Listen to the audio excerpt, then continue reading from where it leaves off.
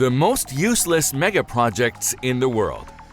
Architectural development signifies a country's economic growth. If you see what Dubai was a few decades ago, you will not be amazed by what they are today. They converted a desert into a tourist destination and business hub where people from around the world come to either visit or do business. However, the craze of architectural development has led to some unavailing events as well.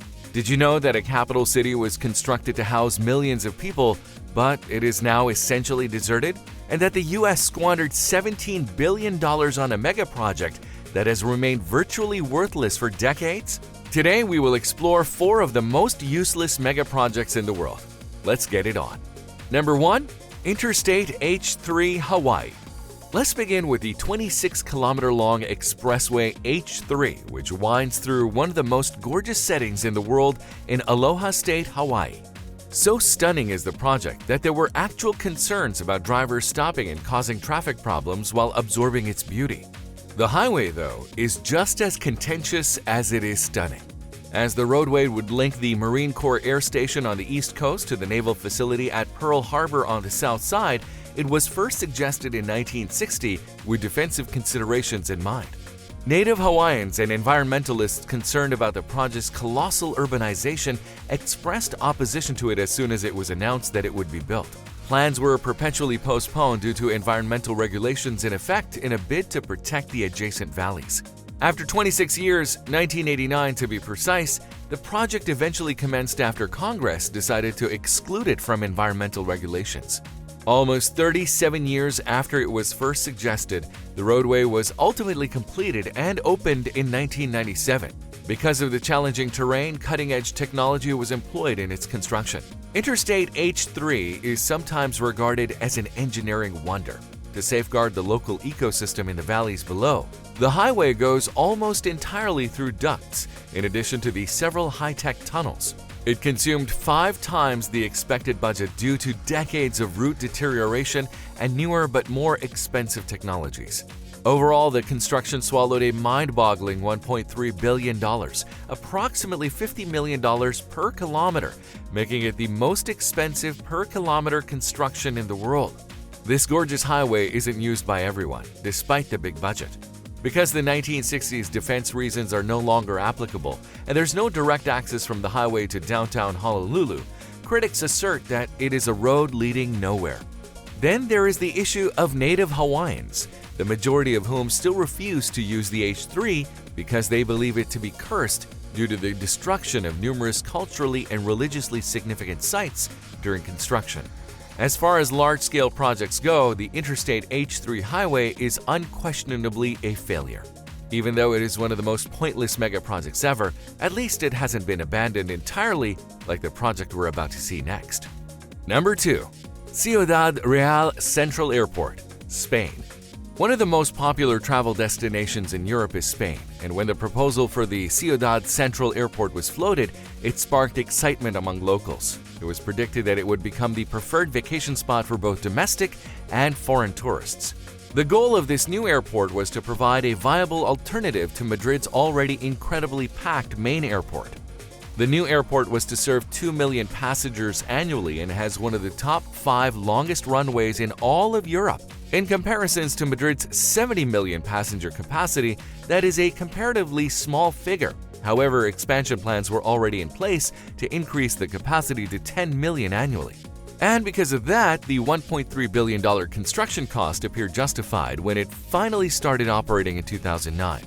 All of these plans, however, were put on hold in 2012 when the project's sponsor filed for bankruptcy. The location was where the issues first surfaced. Despite being termed the Central Airport, it wasn't in any way central because it was 200 kilometers outside of Madrid. This made matters worse because most travelers disliked making the long trip to the distant site, and the majority of major airlines chose to operate their flights from the nation's capital. As a result, the newly constructed airport had only one small-time airline operating by the end of the first year. Without any big airlines to draw travelers by 2012, the airport owed $350 million in debt. Naturally, it entered receivership and was offered for sale in 2013. Even the famed British television program Top Gear used the airport as an abandoned site in 2014. It was finally sold to new owners in 2019 after several auctions, including one with an absurd $12,000 offer fell through. The Ciudad airport received a lifeline as businesses collapsed and income dropped due to the 2020 pandemic. Given its dry climate, lengthy runway, and spaciousness, the airport's new owners reimagined it as a haven for grounded aircraft with little possibility of passenger return. By August 2020, a storage facility for more than 300 aircraft was being built near the airport, where 65 aircraft were already kept. The airport received a much-needed revenue opportunity because of this innovative storage method.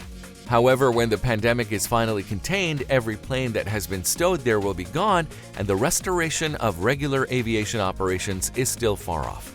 This billion-dollar enterprise is still essentially meaningless for travelers. Number 3. Naypyidaw, Myanmar. Not only a far-off airport makes our list of the world's most useless projects, some are state-of-the-art and modern. It is Myanmar's capital, a brand new capital that was created from nothing.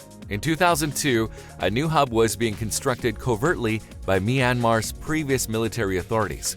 The relocation of a nation's capital is not unheard of. Other nations, including Pakistan, Egypt, and Brazil, have done it in the past.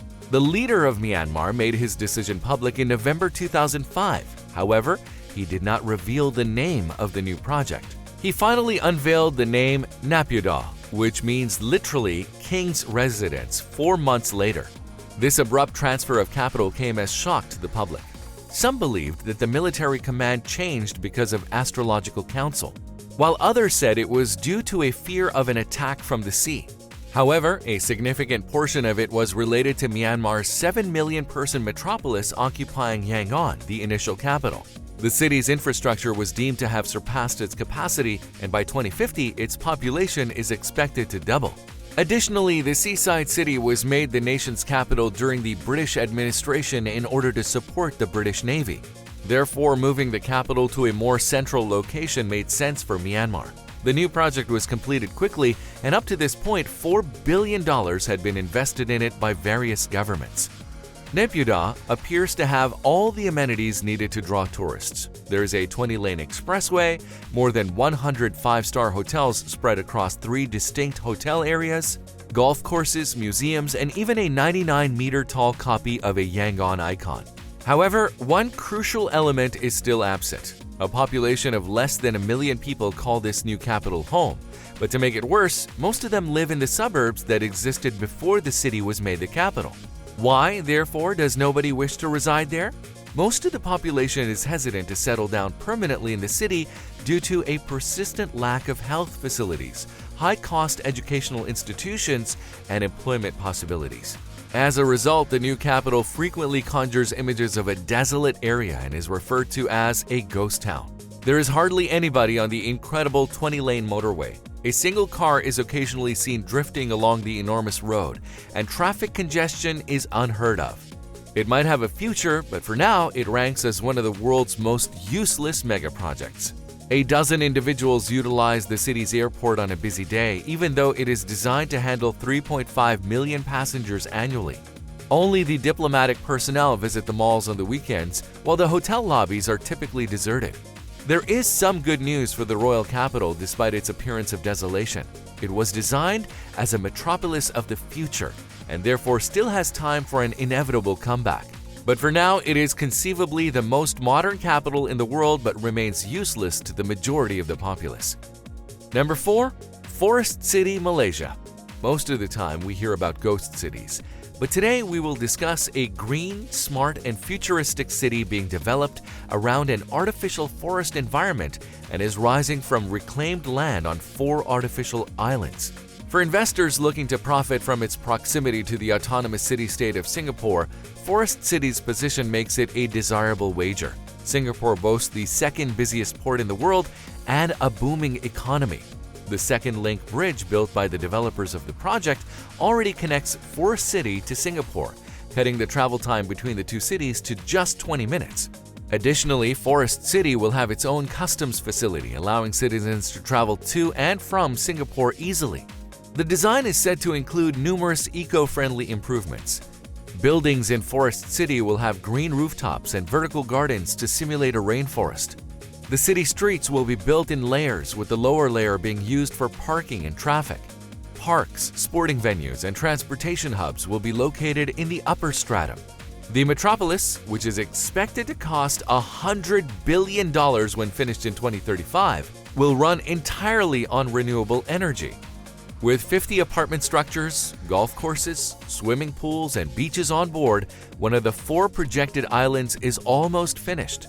This extremely ambitious undertaking, however, is not without its challenges. Its advancement is already impeded by numerous political and economic barriers. Chinese citizens essentially enjoyed a free pass to the city during the first few years of the project construction because it's primarily funded by that country. Wealthy Chinese investors who couldn't afford the skyrocketing rents in their own nation rushed to Forest City as a result. By 2019, the Chinese owned 80% of the properties. The few new schools that have opened in the neighborhood now offer Mandarin classes, and even the street signs are in Mandarin. Due to the fact that property prices are primarily considered for the Chinese marketplace, native Malaysians simply cannot afford to purchase these apartments. An uproar was generated by the flood of Chinese investors, which opponents of the project saw as a new type of colonialism. As a result, foreigners were prohibited from holding property in the Forest City after a change in leadership was implemented by Prime Minister Mahathir Mohamad. Foreigners began abandoning the city in large numbers, discouraging prospective investment. The epidemic and the global travel prohibitions were the next significant setback. Due to Malaysia's migration control order, no new investors can settle there. Due to these uncertainties, many investors withdrew from the project. Less than 500 individuals were residing in the residential complexes by the beginning of 2020, which is a small number given that Forest City is intended to house 700,000 people. Nobody is aware of the potential future outcomes for this infrastructure, which is unfathomably astounding. And because of that, it is safe to say it is a mega project that is deemed to fail. And that's it from us today. If you enjoyed the video, be sure to subscribe to our channel for more of such amazing content. Give us a like and share, and don't forget to turn on the notification bell. This is The Luxurious. Talk to you in the next video.